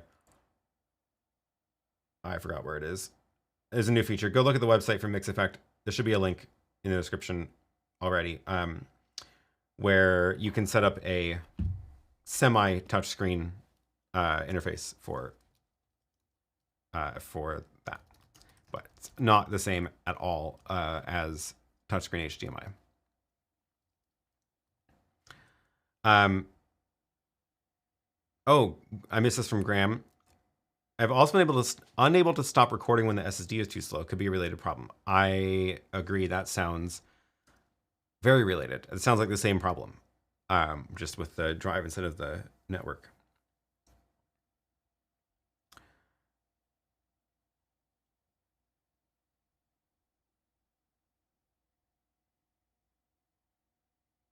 Mike, oh, this is from when we were testing the packet loss. With no throughput restriction, it should be able to handle the high packet loss, but with limited throughput, yeah, which is exactly what we found. As soon as we were doing fine at 4% packet loss, as long as it had plenty of time and bandwidth to retry those packets, but then capping the upload speed made it fall apart.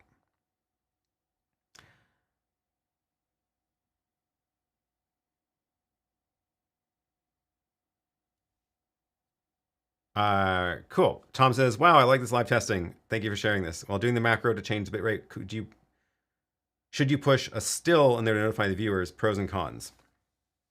Oh, that's a good idea. I like that idea. So I'm just thinking this through. I think that makes sense. So if you had if you were doing your stream, and let's see, do I have a graphic in here? I don't want to take the time to make a graphic that says be right back, but let's say that I had a graphic that said be right back. It's so like I've got my little channel art in the media pool right now. So I can change the program to that, right? So imagine that said be right back. Then on the YouTube live stream, so what we can do is let's go switch to that graphic, stop streaming, and on the YouTube stream it should pause there, and in a second you'll see the little spinner. There it goes. So this could say be right back, and now I'll start streaming again on air, and now the spinner's gone because it's live, and now when I switch the camera, it should start again. There it goes. And that is possibly a better experience for people than just seeing the video stop, as a 52, and then start again. Right? I think that makes sense. I think that's a fair thing to do. It's a good idea.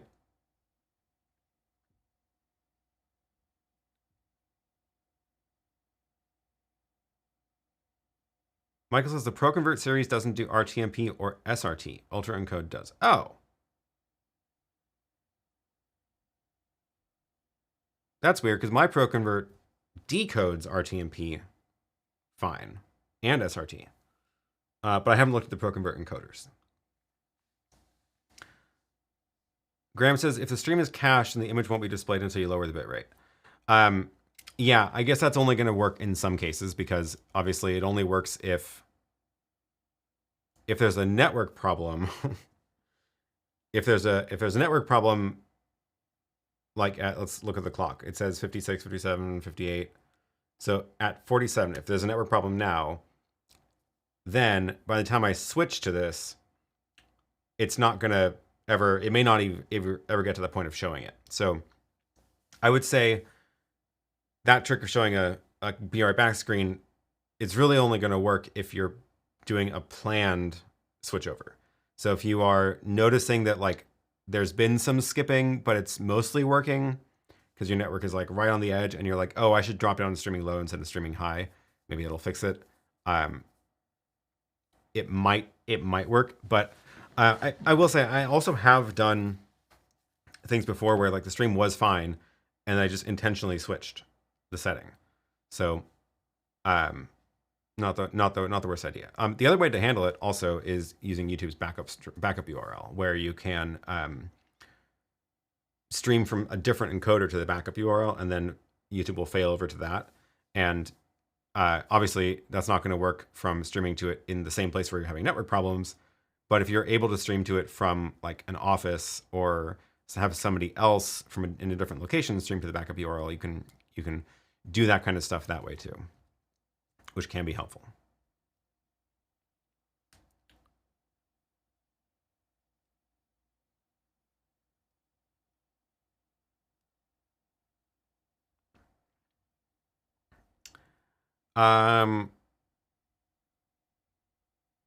Cool. Totally unrelated question from Jules from before. What's your opinion on the current situation and problems AI can create for us in the future? Do you use it a lot for what you do? I feel like there's a whole video topic, but I think that there's, like anything, problems, but also good ways to use it. So, and a lot of bad ways to use it. And we've seen a lot of bad ways to use it already, and we've seen some good ways to use it. I don't use a ton of AI tools, at least not like that isn't just built into stuff at this point. I did write the description for this t-shirt with AI. Because I hate writing marketing copy, and AI, it turns out, is actually good at that. This bit. I told it I needed a description for a Star Wars t-shirt about live streaming, and it did pretty good. I only had to tweak a little bit for this. Yeah. And you can get that shirt if you would like from the link here.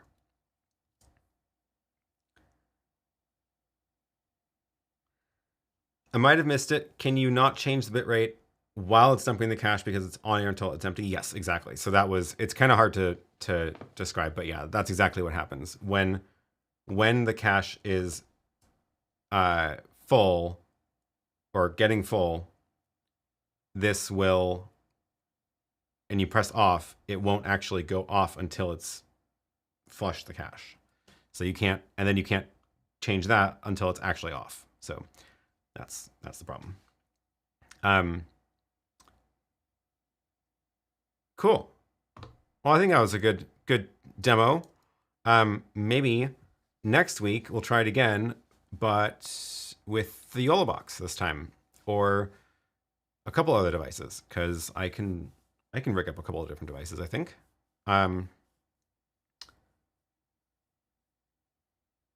Yeah, should be fun. All right. I'm just trying to think. Oh, now I'm realizing that one of the problems I ran into just now was when I'm talking to this ATEM in the software from the software control, I'm going through that network connection that's got all the problems. So when I've got high packet loss on the link, this software controls can't keep its connection well. So I need to like rewire it so I can be on the inside of the network that's got the throttling going on. That way the connection's from between the controller and the encoder are not actually throttled, which would be more realistic for an actual live setting anyway. So yeah, cool. Okay, that was fun. Did anybody watch the actual live stream on YouTube? I don't actually know who was over there. The live stream with all the problems. Let's see. Oh, had a few people pop over. It wasn't terribly exciting. Now I can stop that stream and YouTube can stop hating me. Yeah, so we'll try this in the future with the Yolobox, with also testing their bonding, their new network bonding feature, which I will say, with the pile of gear over there, I did try it out. It's sitting behind the ATEM right now. I did test it out yesterday. Tested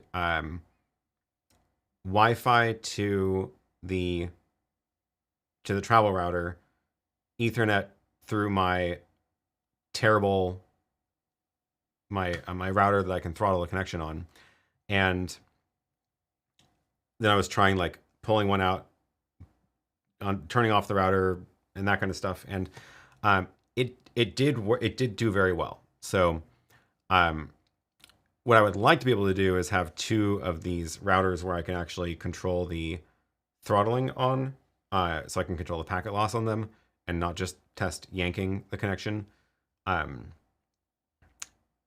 But I need another computer in order to do that. So I might have to go buy another router computer for this to make that work. Oh yeah, one of the other things that I wanted to mention, which I don't have a quick way to demo, but the ATEM is supposed to be able to take a USB modem, like a plug in your phone, and it uses that as a network connection. The problem is that it only uses it in like a failover scenario. And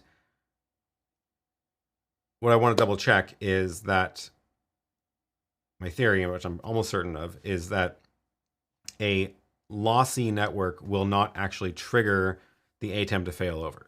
And this is a problem with a lot of the kind of failover or bonding things, is they won't think the connection's bad enough to stop using it.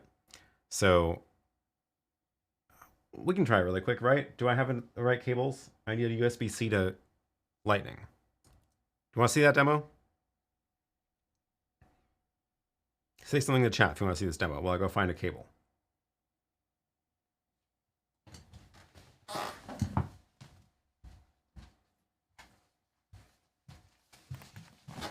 Yeah, I do have a cable.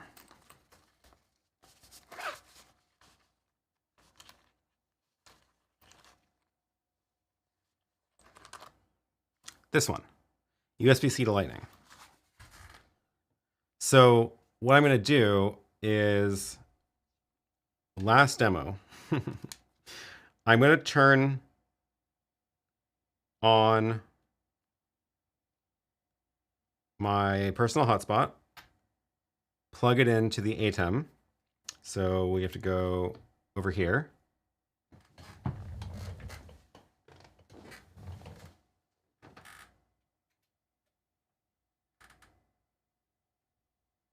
Trust the computer.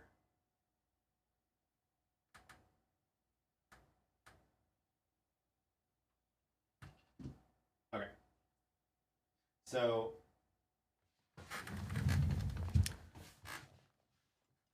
that is connected. Now I need to double check. There's a setting for it. Mini Extreme ISO, connection priority. Okay.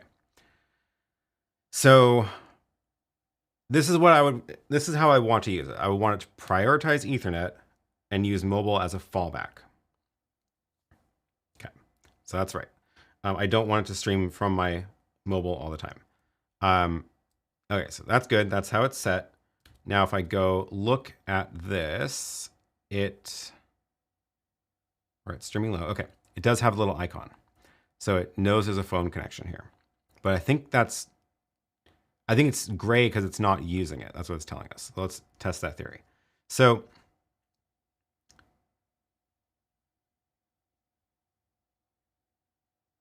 the simplest, the way that this is meant to work, or the way that they like plan for this to work, is how do I show this? I know what I need to do. I want to show you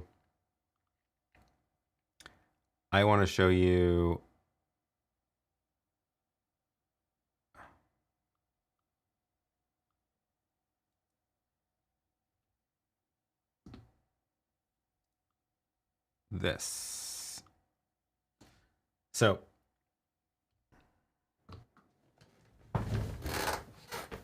let me come over here. What they expect you to do is when the Ethernet cable is yanked, it should fail over to the cell phone connection. So let's time this. I'm going to wait till the counter hits 57:45, and I'm going to yank the cable out. 4, 5. Okay. So we should see, hopefully, no skips on the stream. Oh, it's paused at 44.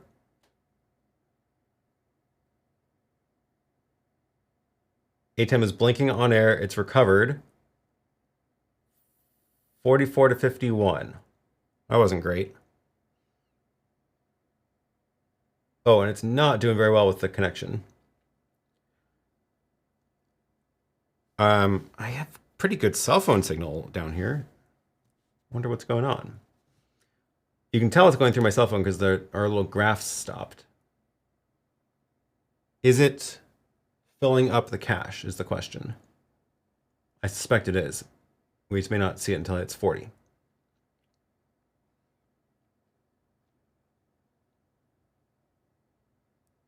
The stream is not doing good. And this is on streaming low, so it should be, it's at 3 megabits. It should be fine. Like, I'm pretty sure if I do a speed test on my phone, pretty sure I have more than 3 megabits up.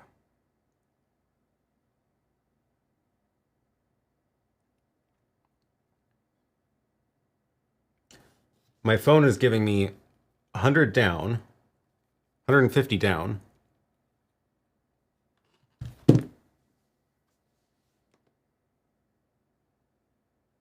Oh, my upload speed is not as good as I thought down here. Okay. That actually kind of makes sense. So my upload speed was 3 megabits. So that is the problem, is that I'm not twice, I don't have enough for twice the bandwidth. What I can do really quick is, oh yeah, and you can see in the software control, it's turned that icon red because it is using the cell phone connection. So I need to drop this down even lower. I think I still have the macro here, right? For that. Probably can't do it until it's stopped. Now I have the same problem of being unable to stop the stream while the cache is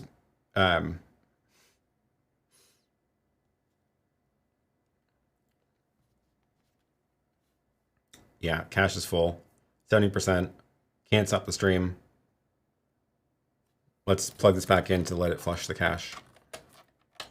Because I want to try this. We should see that little icon. Oh, wait. This was the other part of this. What happens? How does it know to fall back to Ethernet? I think it will never fall back to Ethernet.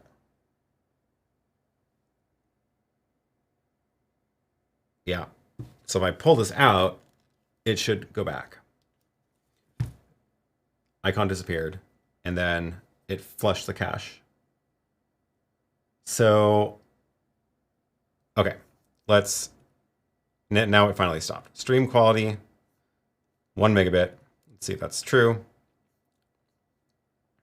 We should see 1 megabit down here. Yeah. So on the ATEM, you can see it's hovering around 1.5 megabits, which hopefully should work on the cell phone connection. So let's do this again. Plug in the cell phone connection. We should see the little thing pop up there in a second. Once there it goes. I found it. And now I'm going to pull the Ethernet cord out. Let's see, at 50.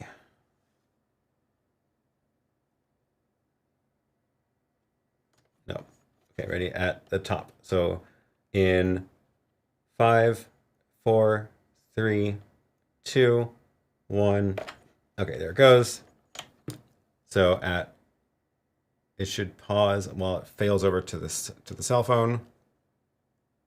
Interesting that it hasn't actually turned red yet. There it goes. Now it finally turned red. And the stream pauses right before 102, and then it picks up at 13 seconds later. This, hopefully my cell phone's got enough bandwidth for a 1 megabit connection. Nope, looks like not. Cache is full. All right, well, now we know.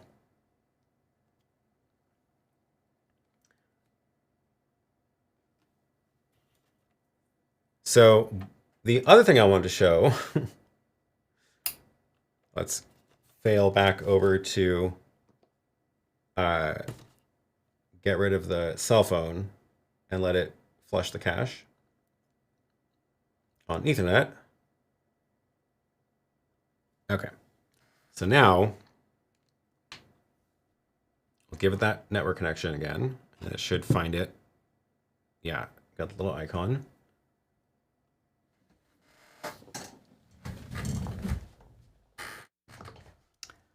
So we're back to normal, streaming on Ethernet. Let me look at the comments really quick. Stop, but keep stuttering. Yeah, the upload is a potato. Unable to stop the stream while the cache is full is a really weird problem with how the ATEM works. Yep, totally. Using your phone with speed test showing a 3 megabit up is a real world test. Typical situation, I would think. Yeah. I think that's because I'm like kind of low down inside of a building almost underground.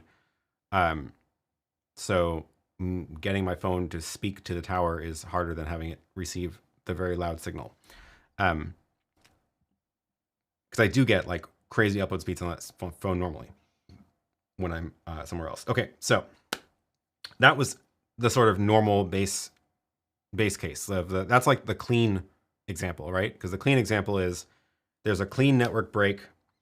I did do a speed test. I got 4 megabit up on my phone, 3 or 4 or something. Not good. But it's still enough for this next demo. So what I just showed was you pull out the Ethernet cord. So the ATEM knows the connection's dead because it like doesn't have an IP address anymore. It can't do anything. And then how long until it fails over to the phone connection? Now assume that my phone connection should have been better than that. But there was about a 15-second gap, right? There was like, there was 15 seconds between the last time we saw on the clock and then when it picked up again after the phone connected again. Now what I want to do is a more realistic test of what happens if the network, the Ethernet connection, just starts getting lossy or slow. Is it going to fail over to the phone or not? So for this, let's go back to here. Let's do the combination of cap the upload speed and 4% packet loss, which was kind of a lot. And that was enough to make it stutter. But what I suspect, so let's do that.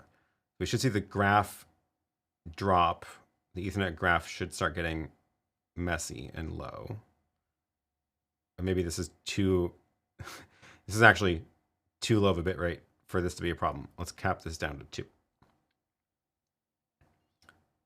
There we go. Okay. So the Ethernet connection is no longer able to provide a solid enough connection for the stream. Now the stream is skipping. But I don't think that the ATEM will recognize that the Ethernet is bad enough to fail over to the phone. Sadly, I don't have a way to show that here. Oh, cache is full. So we see that. Now it's, what I'm looking for is a little red icon over there because it's in the software control. But it doesn't appear in the multi-view. And the little phone icon is not turned red yet. Oh yeah, you can see it in this shot.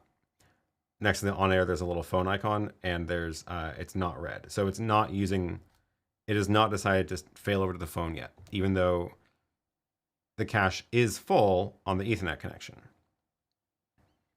So this is the other problem with the feature, is that there's no way for me to force it. I can't like what I would like to be able to do is go into the settings here and like just tell it which one to use, or even better in the regular software app. I guess we can see what happens if I change the connection priority.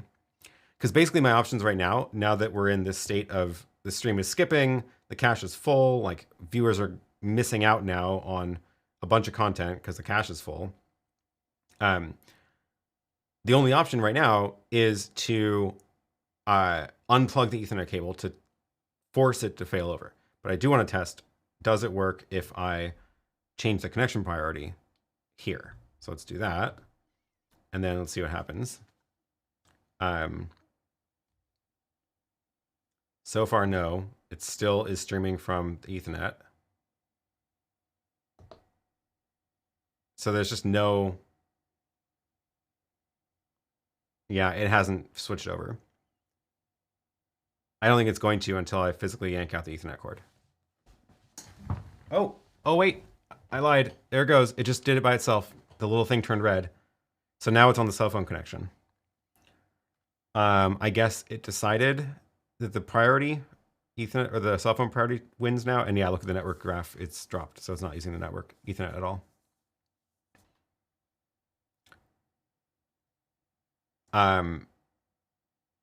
So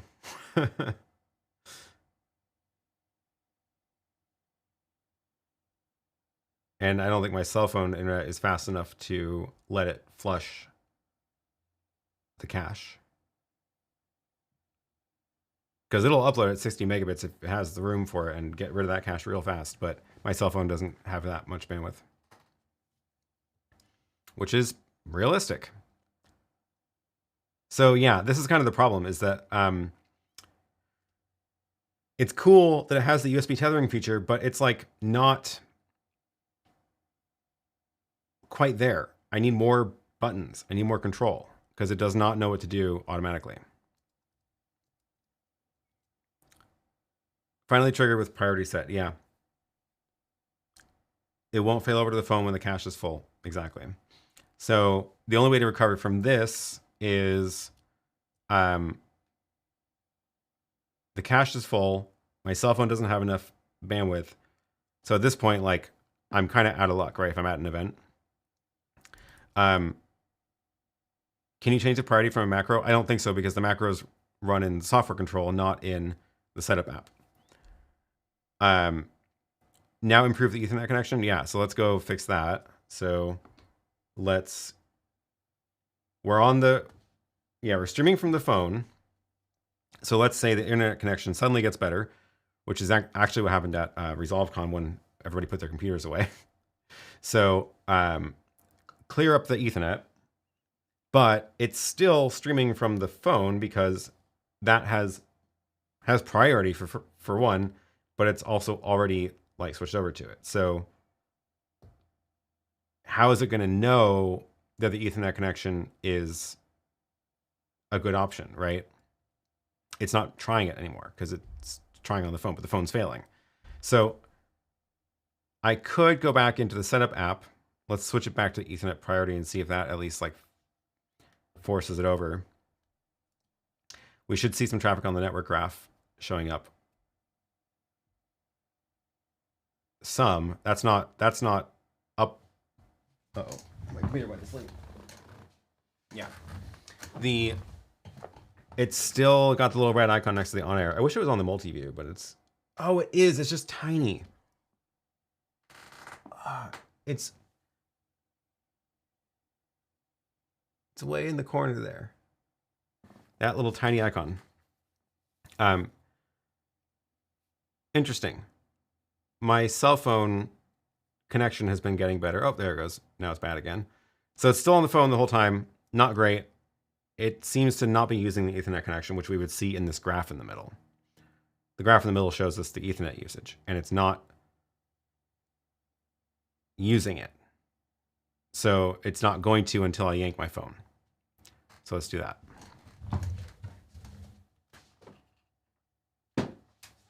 Pull out the phone, and then it should, yeah, it recognizes that the phone's gone. It blinked on air, and now it's going to try the Ethernet again. Ethernet's fine. Flush the cache. It was at 12:16. It should clear up on the live stream down here now. Our beautiful 1 megabit stream.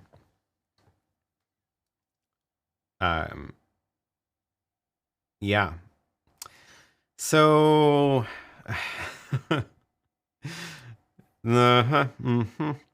yeah, Michael, that makes a great point. This makes the lack of streaming capability on the new constellations a non-issue.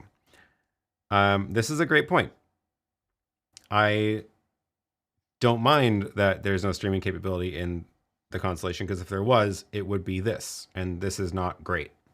So at least with the Constellation, you're forced to use a different streaming encoder, which could be a web presenter, which does have the same problems, or it could be an encoder that maybe handles failures better. I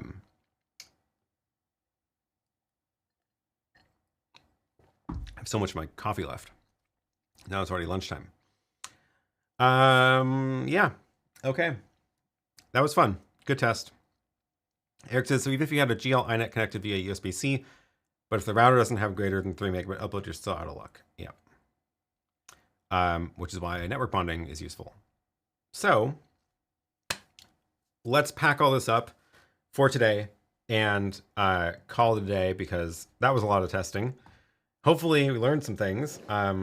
Hopefully Aaron learns how his mute button works on his microphone.